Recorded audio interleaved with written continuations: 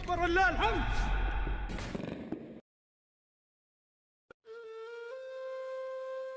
Apa yang tersebut dalam hadis masyhur yang diriwayatkan dari Abdullah bin Amr ibn al-As radhiyallahu anhuma, beliau berkata, suatu ketika kami para sahabat sedang duduk di sekitar Rasulullah sallallahu alaihi wasallam membicarakan fitnah.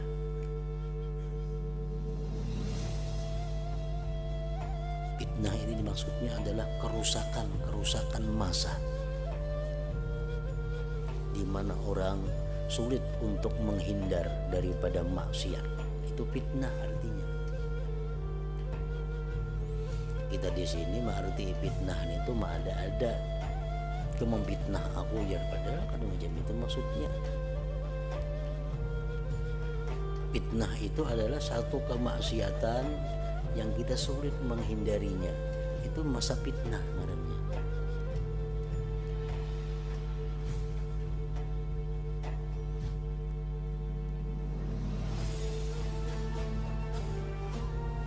Lalu Rasulullah sallallahu alaihi wasallam bersabda, "Idza ra'aitumun nasa marajat uhuduhum wa khaffat amanatuhum wa kanu hakaza."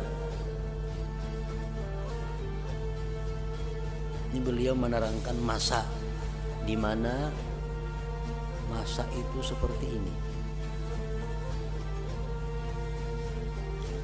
Apabila kalian melihat para muslimin telah mengendur, maksudnya mengendur di sini adalah marajat uhuduhum. Mereka sudah suka membatalkan, suka merubah perjanjian-perjanjian. Artinya di masyarakat ini janji itu sudah kada berfungsi lagi. Sulit mempercayai janji. Orang berhutang, belikan bayar rencananya seminggu lah, sulit dipercaya. Minggu itu bisa sebulan bisa setahun bayar. Berjanji apa aja sudah kada birisnya lagi. Janji mau upah berapa hari ngitung, 3 hari, 3 bulan ngitung. Orang sudah, manusia ini sudah kendur, artinya lawan janji itu dianggap enteng, dianggap remeh. Nah, bila kalian para muslimin sudah hidup di masa itu, janji sudah kada ada masalah lagi, sudah kada ada beban dengan janji itu.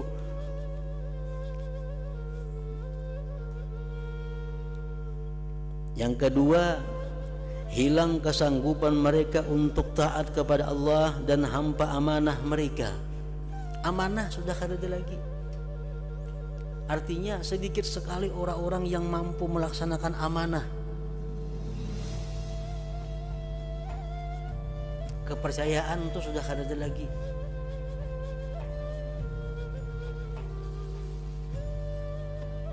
Misalnya kita di kampung, di masyarakat. Di masyarakat ini kita kenal semua orang-orangnya, patuh, baik. Tapi kita hendak misalnya ke mana menitipkan duit ini, kita sulit mencari orang yang kita anggap amanah. Dititipkan ke sini duit, asa tapi aman. Titipkan ke sebuah sana, asa katanya percaya hati. Titipkan, kesulitan kita menitipkan duit ini. Kenapa? Karena orang-orang sekampungan ini sudah sulit dilihat kebenaran amanahnya.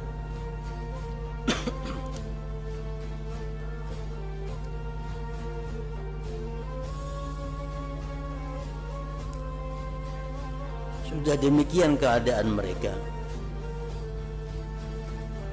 Pada waktu itu Rasulullah menjalin jari tangan beliau. Aku Abdullah bin Amr bertanya, apakah yang harus kukerjakan bila terjadi yang demikian?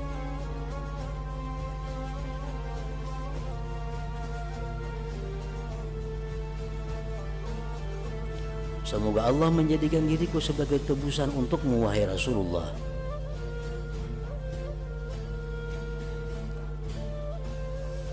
Rasulullah bersabda, ilzam baitaka. sudah hidup di masa nangka itu, ujar Nabi kita, ilzam baitaka wa amlik alaika lisanaka wa khudh ma ta'rifu wa da' ma tunkiru wa alaika bi amril khassah wa da' anka amral ammah.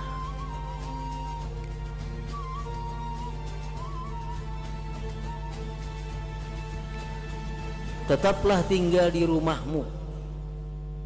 Kalau sudah macam itu keadaan lingkungan, janji sudah kada jadi masalah lagi dilanggar, amanah kita sulit mencari orang yang amanah. Kalau sudah macam itu keadaannya, tinggallah engkau di rumahnya Nabi. Artinya banyaki bagana di rumah, banyaki bagana di rumahnya. Kuasailah, kendalikanlah lisanmu, jaga mulutmu ya Nabi, jaga mulutmu.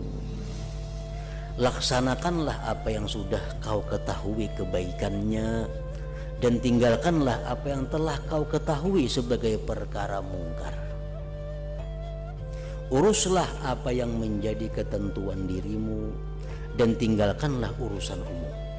Urus diri kita, urus anak bini kita nang di rumah. Orang lain kada usah diurus lagi. Kalau sudah macam itu, masa di sekitar kita.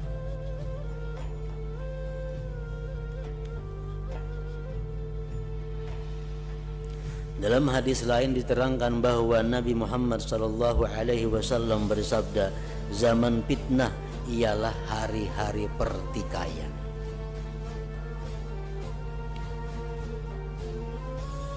Ditanyakan oleh sahabat, apakah hari pertikaian itu?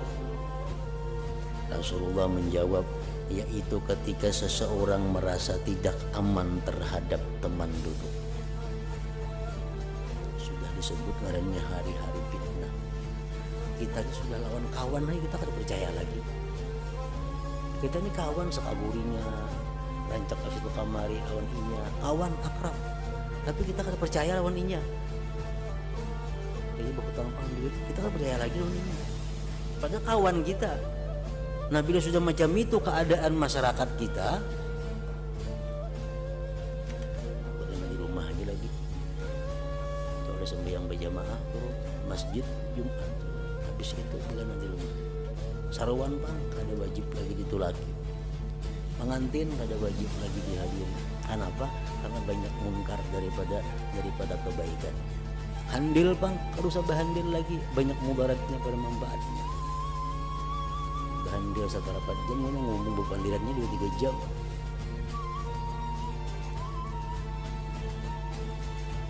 Nah kalau sudah macam itu masaknya, ini Nabi mengajarkan demikian.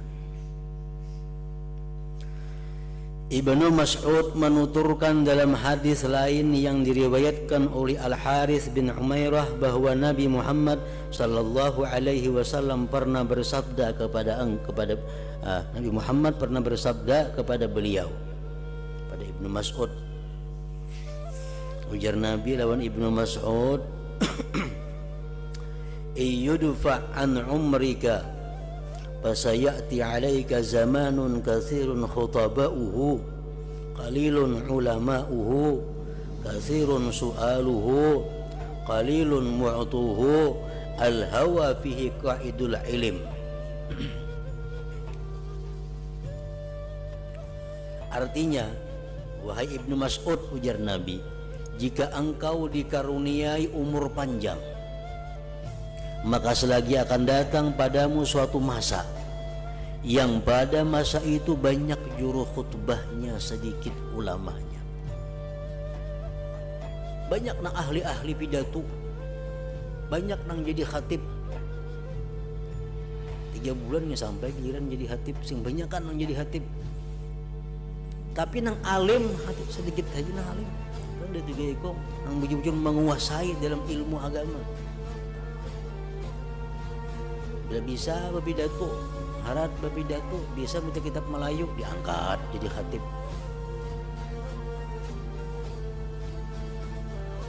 Sebuah masjid 30 khatibnya, 20 khatibnya. Pada zaman Nabi saya kong aja hatib Nabi itu bang seumuran dah. Karena sini paling alim. Hatib itu musuh yang paling alim. Di berapa siapa yang paling alim manusia itulah musuh jadi hatib. Nomor dua paling alimnya siapa? Bukan yang harap bepidatunya itu. Nah di akhir zaman kayaknya kada penting alim, yang penting harap bepidatu. Bila harap berpidato jadi hatib alim gak ada kata gumpal khutbahnya sah kada kah pada tahu lagi.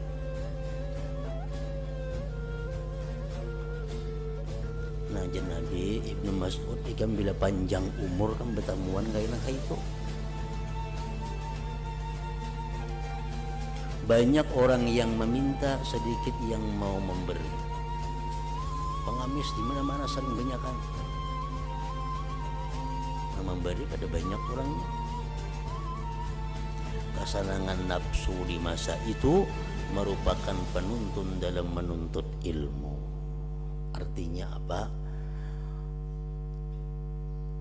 Al-hawa bihi kaidul ilm. Artinya hawa nafsu yang memimpin ilmu, bukan ilmu yang memimpin hawa nafsu. Nah akibatnya apa? Akibatnya dia selalu mencari hukum-hukum yang sesuai dengan keinginan hawa nafsunya. Kan banyak hukum-hukum itu kaulnya.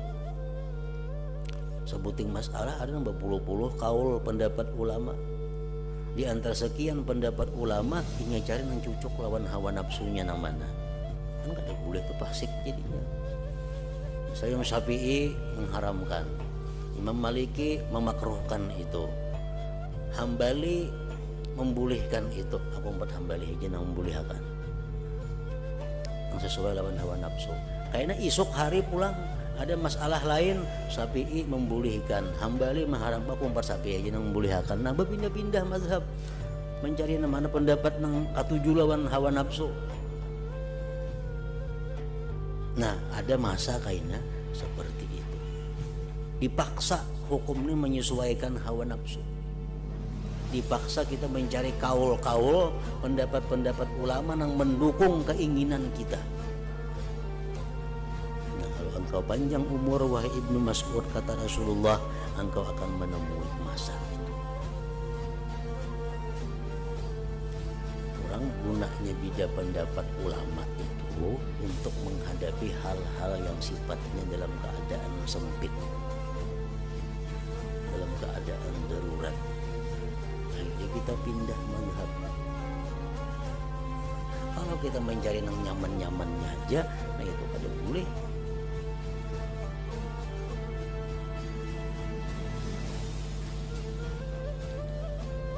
Al-Haris bertanya, kapankah kejadian demikian itu ya Rasulullah? Apabila wahai Rasul terjadinya masa kayak itu, masa yang banyak orang berpidato hara-hara nang alim sedikit, banyak orang minta-minta nang memberi sedikit, ilmu-ilmu digunakan untuk menunjang keinginan hawa nafsu. Apabila itu masanya, Rasulullah SAW bersabda, iza umitatis salah wa qubilatir risha wa yuba'uddin bi'aradin yasir minad dunya pannaja annaja waihak thumman naja. Nah waktunya itu jar Nabi nanti apabila jamaah salat dimatikan, jarang orang mau salat berjamaah. Artinya sembahyang berjamaah itu sudah mati. Orang ada lagi sembahyang berjamaah. Itu nggak di kita mulai subuh nambah kunci langgar kada ada lagi orangnya. Subuh kada ada lagi langgar orangnya. Banyak itu pun kita kabanjir tuh subuh banyak langgar nambah kunci. Subuh kada ada orangnya nang jamaah. Subuh, kena zuhur, asar, paling maghrib pun isya nambah fungsi. Kayaknya beberapa tahun kemudian hanya maghribnya lagi nambah isi langgar, isya sudah kada ada lagi orangnya. Akhirnya kita habis terima waktunya, mati jamaah. Nah, ujar Nabi kita, waktunya terjadi yang tadi apabila salat jamaah sudah dimatikan. Yang kedua, uang suguk diterima. uang suguk diterima. Yang ketiga, agama dijual dengan harga murah dari harta dunia. Agama dijual, artinya kayak apa? Ada keuntungan 1 juta, tapi hukumnya haram. Biar haram, itu 1 juta untung, nah agama dijual dengan harga yang murah. Ada bisnis, ada usaha, ada kesempatan dapat keuntungan 10 juta, tapi haram gawiannya. Biar haram, yang penting dapat 10 juta. Nah, ngarannya menjual agama. Nanti kalau sudah demikian masanya, kata Rasulullah, maka carilah keselamatan. Menghindarlah. Cari carilah keselamatan.